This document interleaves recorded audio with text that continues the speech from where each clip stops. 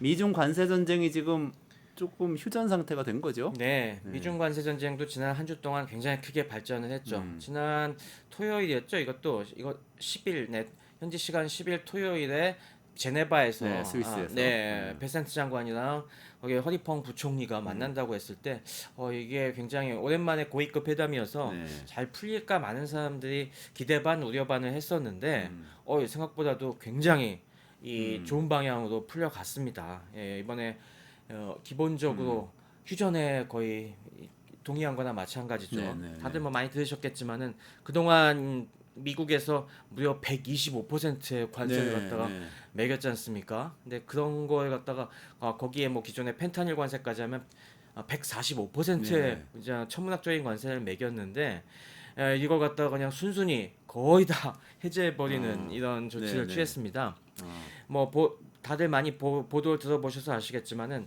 기존에 이 가장 격화될 때 부여했던 것이 이 10%가 기본 관세고 네. 거기에 펜타닐 관세가 20%가 붙고 거기에 추가 관세가 115%가 붙는 것이었는데 그 중에서 이 91% 포인트는 아예 취소. 이거는 취소. 일단은 안 한다. 아. 그렇게 하고 그리고 나머지 상호 관세에 해당되는 기본 10 플러스 24%는 90일 동안 유예한다. 그러니까 네, 그 네. 24%에 해당하는 걸 유예하고 일단은 기본 관세 10%와 펜타닐 관세 20%, 30%만 부과하겠다. 이렇게 나왔고요. 당연히 그거에 대해서 그렇죠. 중국도 우리는 다시 그러면은 우리도 되돌려서 기본 관세 10%만 매기겠다. 네, 네, 네. 뭐 이 정도면은 굉장히 서로가 이제 거의 원래대로 돌아간 거나 마찬가지죠. 그래요. 네.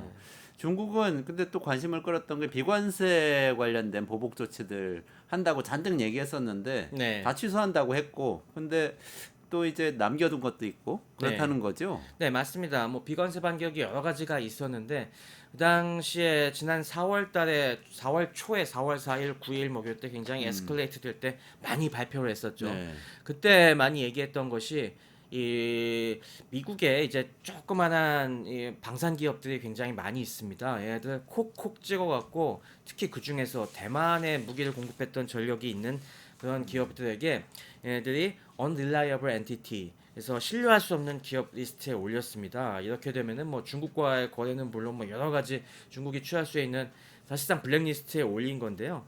이런 조치들 다 이번에 협상되는 90일 동안 유예하기로 했습니다.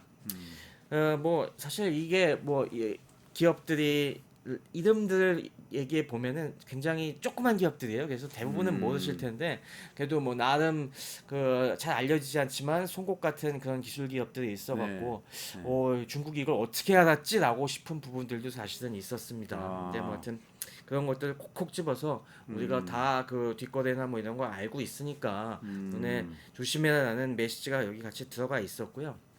그리고 또 뭐 그밖에 이 여러 가지 중국이 수출하는 원자재나 그 부품 물품들 중에서 네. 이중 용도 목적, 그러니까 민수용과 군용으로 동시에 전용할 수 있어 보이는 그런 것들에 대한 제재도 있었는데 이것도 역시 90일 동안 해제하기로 했습니다.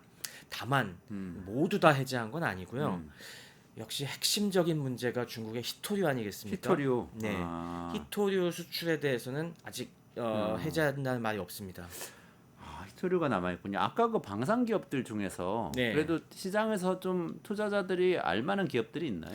거의 다 이제 모르실 겁니다. 뭐 이게 보면은 드론 기업들이라든가 주로 방산 AI 기업들 관련 뭐 IT 시스템 이런 것들이 많습니다. 특히 최근에 우크라이나에서 드론 전쟁이 많이 있은 다음에 대만 쪽에서 지금 굉장히 무인기들을 많이 관심을 갖고 있거든요. 그래서 미국 쪽 기업들과 접촉해 갖고 이 대만도 무인기 전력을 늘리는데 지금 굉장히 혈안이 돼 있는데 이런 쪽 기업들을 굉장히 많이 중국이 표적 제재를 하고 있고 당연히 중국이 이런 드론 관련된 서플라이 체인을 장악하고 있다고 말씀드렸지 않습니까? 네네. 이런 쪽엔 우리 공급도 안 하겠다 이런 식으로 지금 밝히고 있습니다.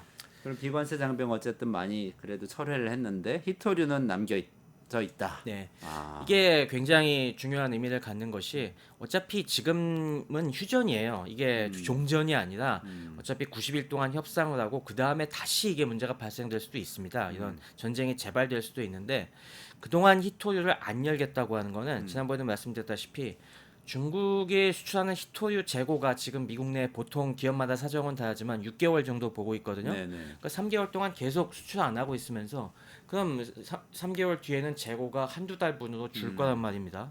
그럼 그때서부터는 이제 미국 기업들이 이 히토류 재고에 굉장히 위협을 느끼고 알아서 내부에서 압력을 넣을 것이다. 이런 속셈 때문에 아예 완전히 이 재고를 없애려고 수출을 계속 막는 것 같습니다. 히토류 중국으로부터 꼭 수입해야 되는 기업들이 주로 어떤 곳들인가요? 그것도 역시 방산 기업들이 많습니다. 방산기업들이. 예, 왜냐하면 지금 말씀드렸지만은 히토류가 많이 들어가는 부분들이 고성능 자석과 관련된 자석은 모터라든가 여러 가지 그런 다양한 부분에 들어가고 또 아니면 특수 합금. 근데 이런 거에 대한 주로 소요되는 부분들이 아무래도 무기에 굉장히 많이 들어갑니다. 아, 이게 그렇군요. 민간용은 어느 정도 자력이 약해도 대체할 수가 있지만은 군용처럼 굉장히 높은 스펙을 요구하는 이런 고성능 자석들은 이런 히토리 없이 만들기 어렵거든요. 그렇군요. 네. 어쨌든 간에 우리가 인식하기에는 이 트럼프가 굉장히 강한 뭔가 조치를 하는 것 같이 하다가 물러선 것 같이 보여요. 전번에 네. 한번 지적도 해주셨는데 이거 군사 병법으로 보더라도 이거 뭔가 잘못하고 있다 트럼프가. 네. 근데 그것 때문에 지게 된 건가요? 전략의 실패인가요? 네, 아니면 그렇게 뭐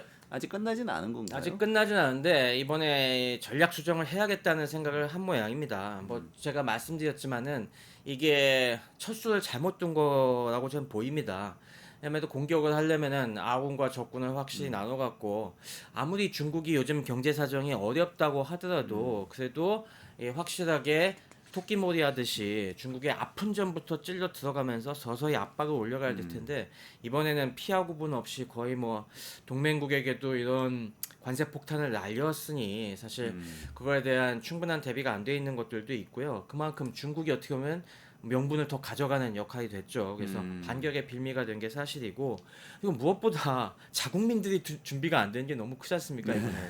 이번에 미국의 소상공인들이 중국에서 수입하다가 유통시키는 사람들이 지금 뭐 몇 달째 지금 수입을 어떻게 해야 되나 지금 난리인 상황이고 네. 이것이 조만간 특히 물가 충격으로 다가올 것이라는 게 계속 경고가 들어오다 보니까 지금 얼마 전에 뭐 1분기 경제 관련된 데이터를 나온 걸로는 거기까지는 괜찮은데 지금 분위기가 그다음 지금 2분기로 가면은 이게 직격탄이 나올 것 같으니까 아마 그 사이에 여러 경로를 통해서 이거 이대로는 좀 위험하다. 일단은 좀 숨 좀 돌리게 하고 그 다음에 한 3개월 동안 정비하고서 다시 확전을 하든지 하자 이런 식으로 정비하기로 태세를 바꾼 것 같습니다. 지금 1분기 마이너스 성장률 나왔는데 사실 수입을 너무 많이 늘려가지고 그랬다는 거 아니에요? 관세 네, 때문에 그렇습니다. 막 먼저 선적을 해놓느라고 그랬던 것 같은데 어쨌든 그럼 지금은 어느 정도 관세 전쟁은 정리가 되고 있다 이렇게 볼 수 있는 건가요? 관세 전쟁 아니 저는 정리라고 보진 않습니다. 저는 여기서 뭐 3개월 유예했다고 해서 3개월 뒤에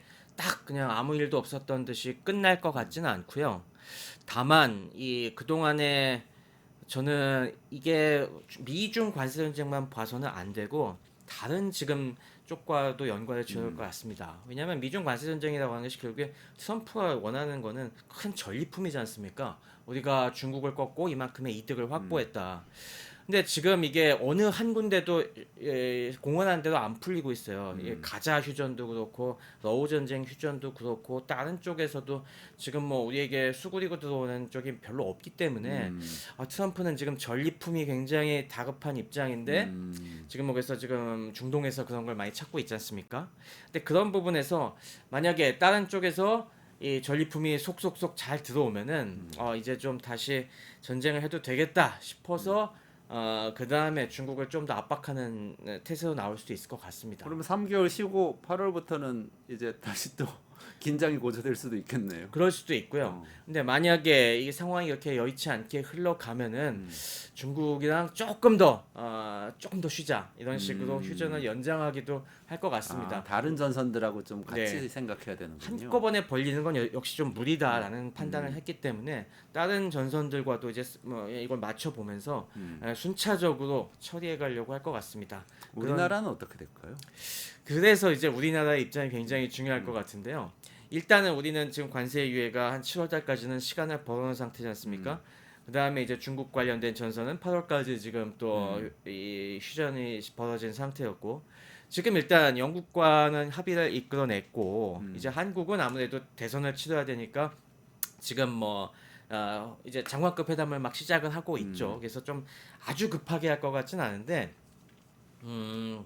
한국은 그 미국에서도 7월 내에 한 7월 초 정도에는 끝낼 타임 프레임을 갖고 지금 얘기를 할 것 같습니다. 네, 네. 만약에 근데 저는 그 타이밍을 놓치면은 상당히 트럼프가 어떻게 돌변할지는 모르기 때문에 저는 뭐 다음 정권이 어느 쪽으로 되건 간에 지금부터 아마 관련 통상 관련 인선도 준비하고 있을 겁니다. 그러니까 빨리 이 조속하게 그 관련 고위급 인사들 이 정권이 들어서자마자 빨리 인사를 해갖고 이 점에 너무 시간 끌지 않고 한 7월 중으로는 매듭을 지었으면 하는 생각입니다.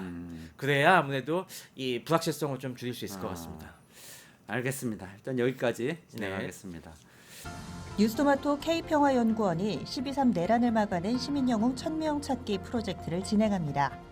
비상계엄 선포 이후 국회, 광화문, 남태령, 한남동 공관, 헌법재판소 등지에서 내란을 막고 탄핵소추를 이뤄낸 시민영웅 1000명을 찾아내 대한민국 민주주의의 역사로 기록하고 시상의 본보기로 삼음으로써 민주주의를 더 널리 확산하기 위한 프로젝트입니다.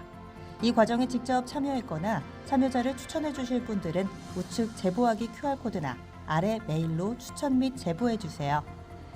민주시민 여러분의 많은 참여 바랍니다. 뉴스토마토 K평화연구원과 함께 해주실 분들의 추천 제보 및 후원을 기다립니다.